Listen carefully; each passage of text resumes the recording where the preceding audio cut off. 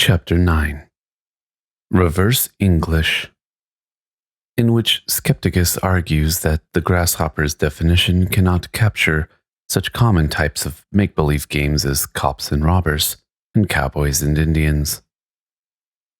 I am satisfied, Grasshopper, that the definition is adequate to account for a very large class of games, the class which includes baseball, chess, golf, bridge, hockey, monopoly, tennis.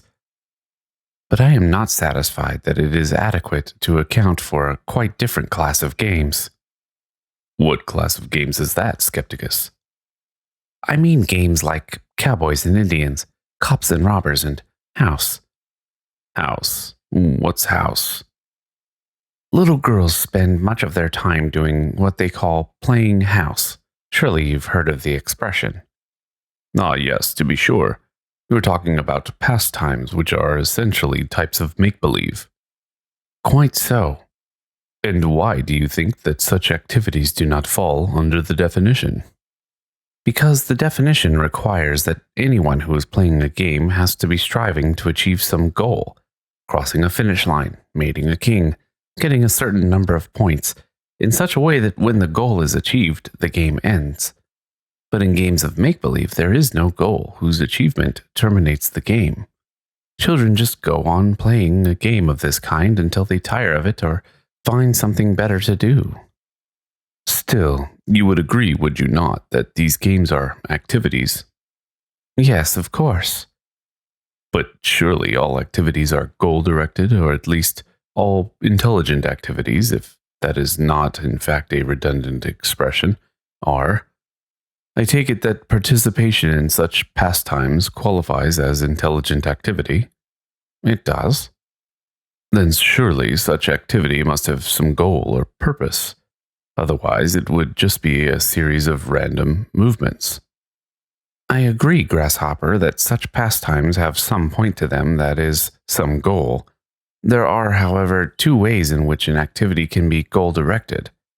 Let us suppose that Jones, who has an hour's wait between trains, decides to kill the time on his hands by playing a game of solitaire.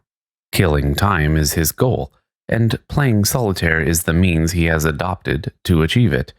For while he is playing solitaire, he is in the process of killing time. Now, in order to be playing solitaire, he must be trying to get as many up cards as he can in accordance with the rules of solitaire. That is, the pastime he has chosen as a means for killing time is itself a goal-directed activity. Now, consider Jones's daughter, who is with him in the waiting room and who is also interested in killing time. She decides to play house in order to accomplish that purpose. So she makes believe that she is a mother, and then acts out a number of the things that mothers do. But the motherly things she does are not means for achieving some goal, analogous to her father's goal of maximizing his number of up cards, for she is not trying to bring about any particular state of affairs. If her father is asked why he makes any given move, his answer will be that it is a means, direct or indirect, for producing up cards. But if she is asked why she does any particular thing, she will reply that it is the way mothers behave, or that is the kind of thing a mother does. That is, she would refer to a role rather than a goal. So some activities appear to be goal-governed and other activities appear to be role-governed. You appear to have made something of a prima facie case against the definition, Skepticus, I must say, unless, of course, these pastimes are not games at all. Well, they are generally acknowledged to be games by their devotees. What game shall we play? Asks young Smith. Cops and robbers, answers young Jones. I grant that usage must not be ignored in definitional inquiry, Skepticus, even the usage of children. But such usage cannot be finally decisive, can it? Things like ring around the rosy, too, are referred to by small children, by the teachers of small children, and by social scientists who interest themselves in small children as games.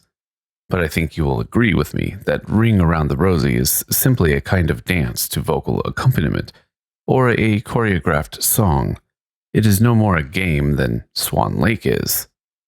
I agree, Grasshopper, that Ring Around the Rosie and the like are not games, for they are what I should call scripted undertakings, that is, activities whose execution is prescribed beforehand, as in a theatrical performance or ceremonial ritual.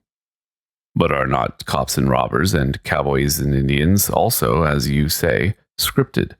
Cowboys must dash about shooting Indians, and Indians must lurk about ambushing cowboys, and both must die when shot or scalped as flamboyantly as possible. Aren't these things just ritual performances? By no means, Grasshopper. There is, to be sure, something staged in these games, but the players are not working to a script. I would say that they were performing a play which had been cast but not written, but the outcome is not known beforehand. Sometimes, for example, the Indians win, and sometimes the cowboys. While you were speaking, Skepticus, I had been recalling my childhood, and I must admit that what you say about the Enterprise being a kind of casted but unwritten play is quite true. Still, if these things are games, they strike me as being highly imperfect games, just as they did when I played them myself. For it was never quite clear what counted as a successful or even legitimate move.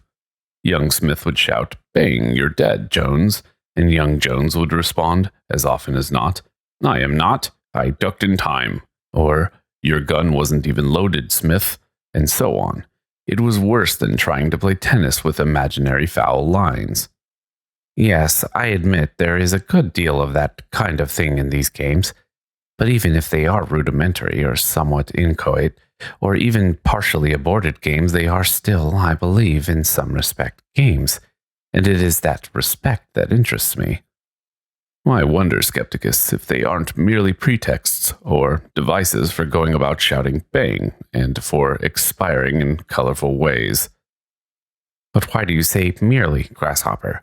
To shout bang and to die picturesquely are to play roles, and we have already agreed that these games are essentially role-governed activities. We have provisionally agreed to that, Skepticus, but I think we should be very cautious in giving the thesis our unqualified assent. For if there are two radically different kinds of game, role-governed and goal-governed, then we would have to give up our attempt to formulate a single definition of games. Unless, of course, we could come up with a more general definition which would satisfactorily account for both kinds. Well, yes, to be sure. I have one. I beg your pardon. I have a definition which gives an adequate account of both goal-governed and role-governed games. Indeed. Yes, it supersedes your definition, which is adequate to account only for goal-governed games.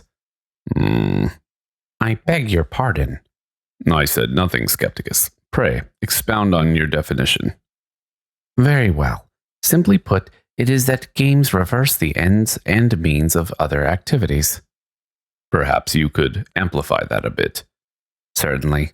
The idea was suggested to me by Kierkegaard, for in his Diary of a Seducer, the diarist makes a kind of game out of a love affair precisely by means of such a reversal.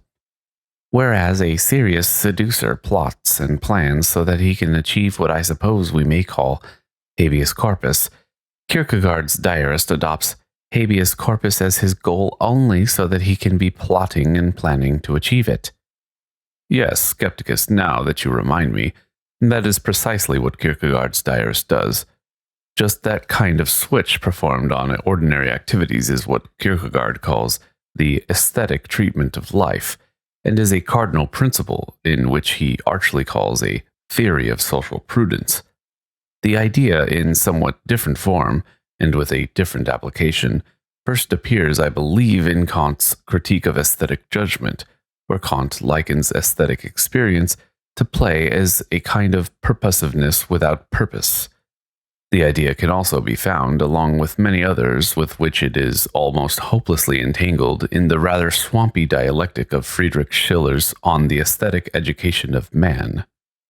And I believe the sociologist Georg Simmel expresses very much the same kind of notion when he observes, "This complete turnover from the determination of the forms by the materials of life to the determination of its materials by forms that have become supreme values is perhaps most extensively at work in the numerous phenomena that we lump together under the category of play. It is true that these writers were addressing themselves primarily to play rather than to games, but since none of them made an important distinction between playing and playing games, I think you are justified, Skepticus, in treating the idea as an idea about games. I think we can skip these questions of provenance and affiliation, Grasshopper. That something like this idea was first expressed by Kant is hardly the issue.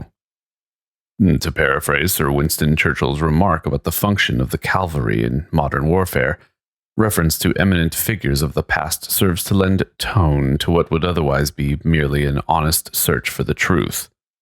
May I get on with it, Grasshopper? By all means, Skepticus. Make-believe, I suggest, is a kind of impersonation, but whereas what might be called serious impersonators play roles so that they will be taken for the subject of the impersonation, in make-believe the performers take a subject for impersonation so that they can be playing the roles such impersonation requires. An impostor behaves like a Russian princess in order to be taken for Anastasia, but a player at make-believe chooses to impersonate Anastasia so that she can behave like a Russian princess. You seem to be saying that people who play at make-believe put a kind of reverse English on life's genuine enterprises. Reverse English? Yes, for we may say, not too fancifully I think, that the governing purpose of, for example, an ordinary billiard ball is to depart from the point of impact, whereas the tendency of an anglicized billiard ball, as I suppose we may call it, is to return to the point of impact. Its departure is not its final purpose, but a preliminary condition necessary for its subsequent return. Similarly, the purpose of a genuine impostor in playing a role is to produce a false identity, while a player at make-believe assumes a false identity so that he can be playing a role. Precisely, Grasshopper, precisely. Well, Skepticus, that is an interesting way to look at make-believe, I must admit, but it is not clear to me that reverse English can also account for the goal-governed games that we have been considering until now. Oh, but it can, Grasshopper. Do you recall that you earlier used the example of high jumping to illustrate the original definition? Yes, I remember. I used the example to show that games involve a limitation of means, since high jumpers intentionally place obstacles in their own paths. Quite so. But notice that commitment to such an enterprise involves reverse English every bit as much as does a commitment to make-believe. For a genuine surmounter of obstacles does so in order to get to the other side, but a high jumper tries to get to the other side only so that he can be surmounting obstacles.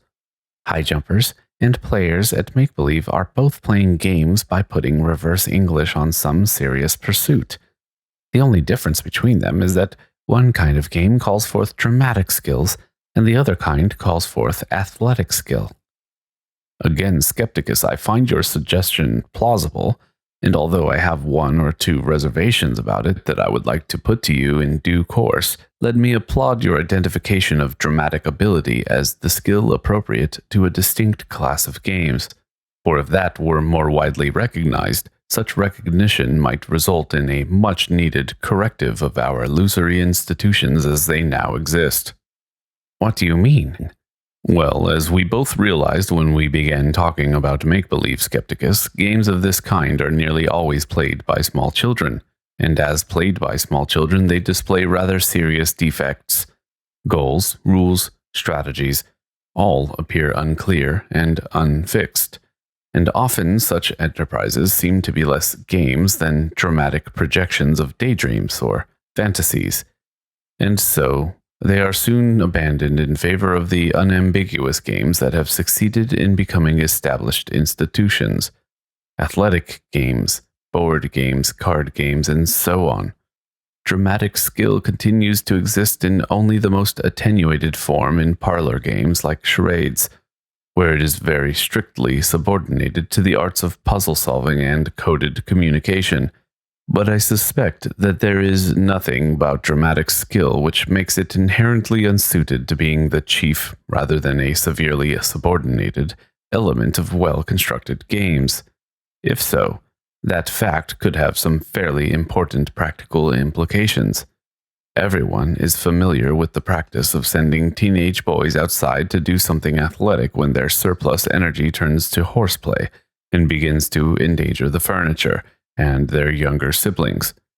But other people, adult as well as adolescent, can be just as annoying or destructive with their dramatic horseplay, so it might be quite useful to have a game outlet for people who are always starting unnecessary arguments or reacting histrionically to imagined affronts or invented crises just because they are bursting with dramatic potentiality.